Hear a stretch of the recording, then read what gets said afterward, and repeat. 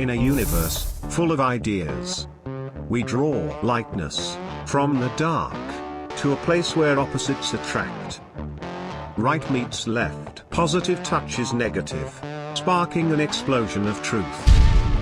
Because politics makes strange bedfellows.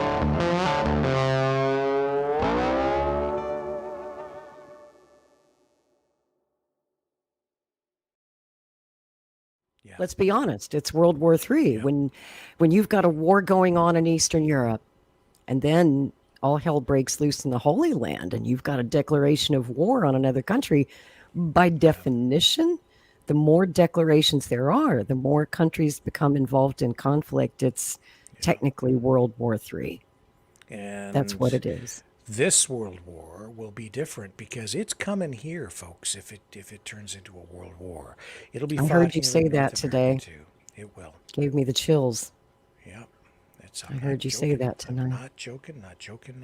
This is serious stuff. Well, Netanyahu isn't joking either. He said a couple hours ago that the Security Ministerial Council agreed to destroy the military capabilities of Hamas and Islamic Jihad. And there are more rockets as we speak coming in from Gaza towards Israel. So it's on. Just look at the politics in Canada and the US. You have political divisions defined somewhat by these international incidents, right? It's even here in Canada now, the ruling parties, maybe the NDP might be a little different than the others, but no, I don't think so.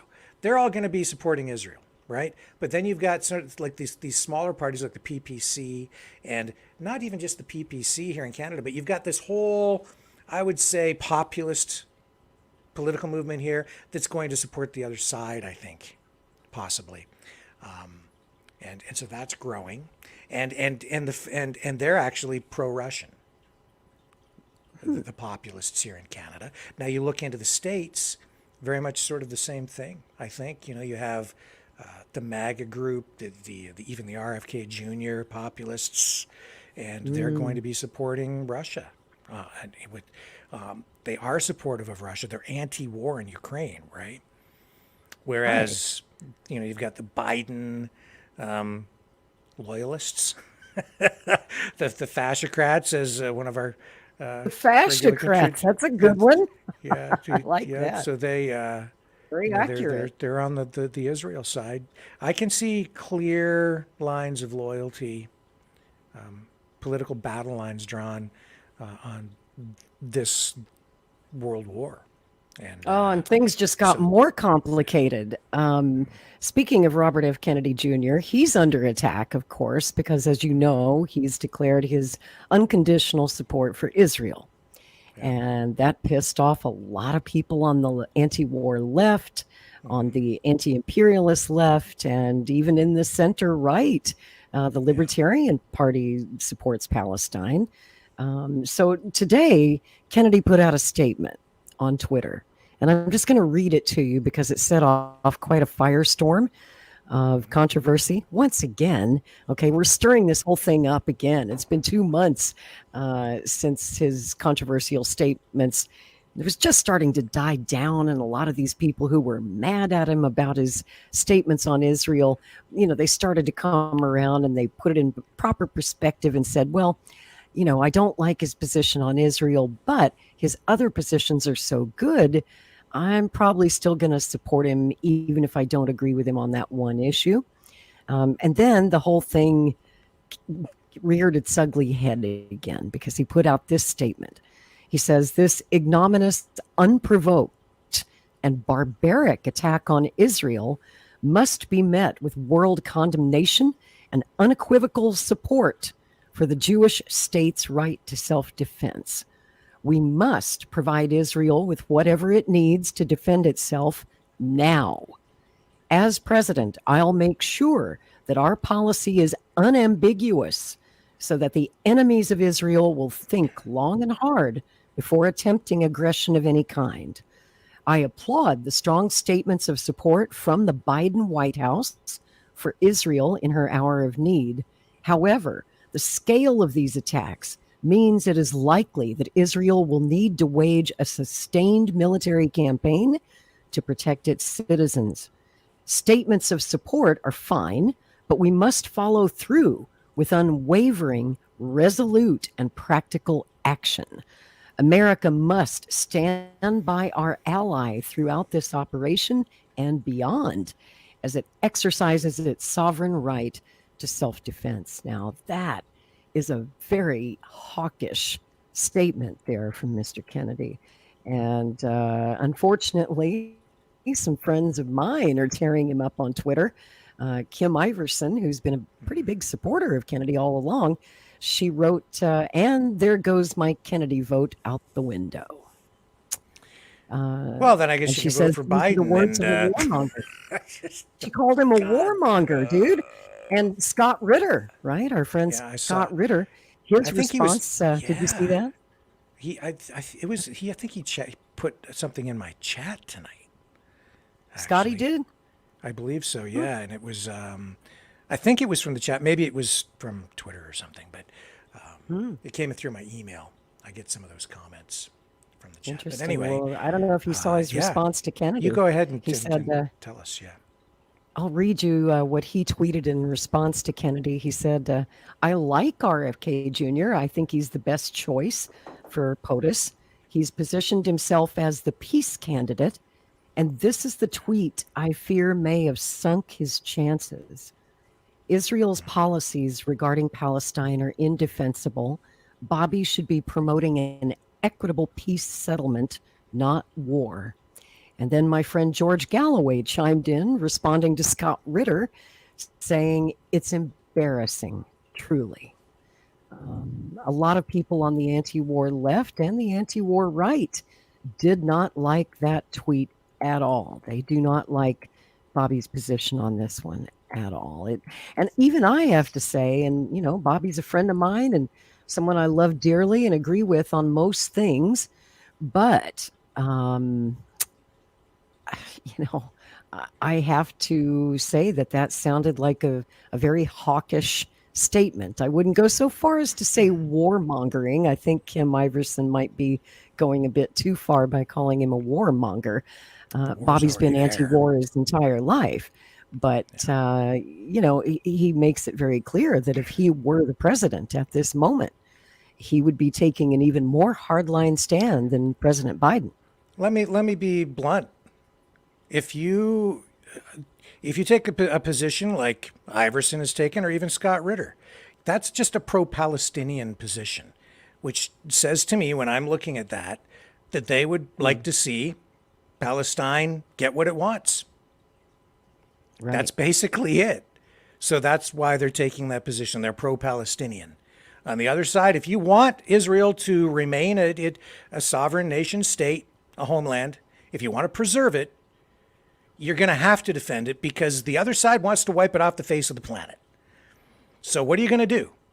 It was created and a lot of people didn't like it, but it's there. So either you preserve it, and if you do that, you're going to have to defend it because the other side is coming with everything they've got right now. And this is the start of the beginning of the end in their eyes. They'll nuke it if they get half a chance. And if some people are like, okay, that's good. Let's get rid of it. And then we'll take it all back. They don't deserve to have it. They stole it. So nuke them. Well, if you take that position, then that's what's going to happen. And all those people are going to frickin' die. And it'll be wiped off the face of the map. And then the Palestinians can come in and reclaim the land. So if you take that position, then you're going to have a whole lot of death on your hands.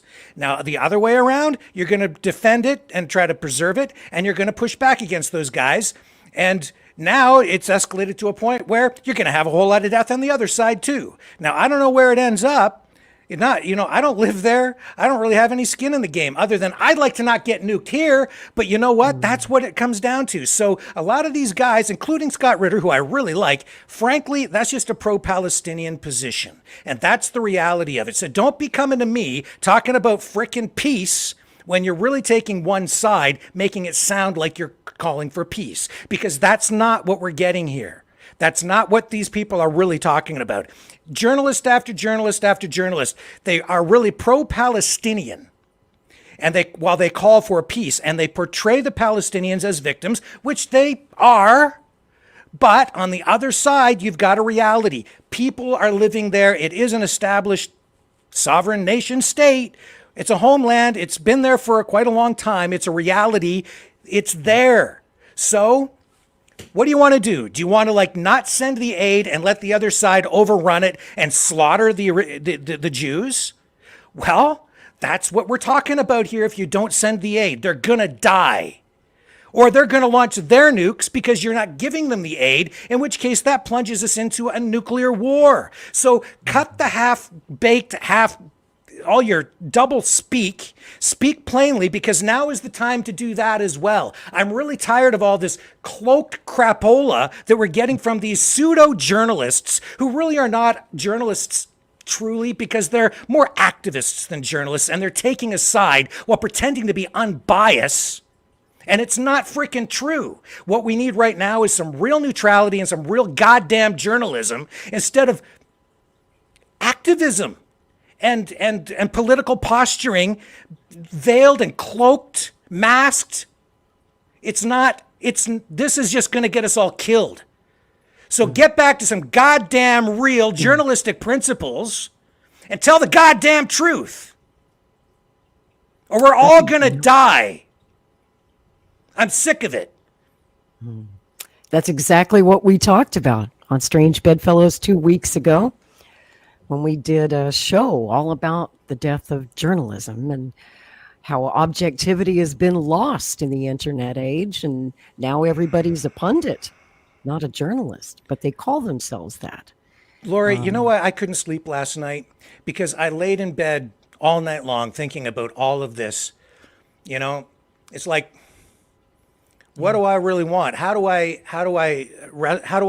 address this as a journalist? What am I doing here? These conflicts, even here in Canada, how do I address these issues, right? And you know what it comes down to, man? I just don't care about anything more than this. I just want peace. That's it. We'll work everything else out, but stop the killing. All right, we just have to stop that. Stop the escalation. I don't want a civil war here to try to solve the war there, because that doesn't solve anything. Stop. Just stop it, man. Just stop the escalation. Dial it all back and sit down and frickin' talk. I know that that's not going to happen. But that's what I'm going to call for, and that's what I'm going to work toward here. That's what I'm doing. And anybody that wants to join me, I'm right over here, really, really advocating for peace. Everybody else can go and kill each other if you want, but I'm not in. Count me out. That's my position. I don't care what the politics is or what the country is or anything. I just want peace. And anything that gets us to peace, that's the starting point to solving the problems. Everything else just gets us more death. So no thank you. Amen to that. That's why I close the show like this. Every show. Peace, peace, everybody.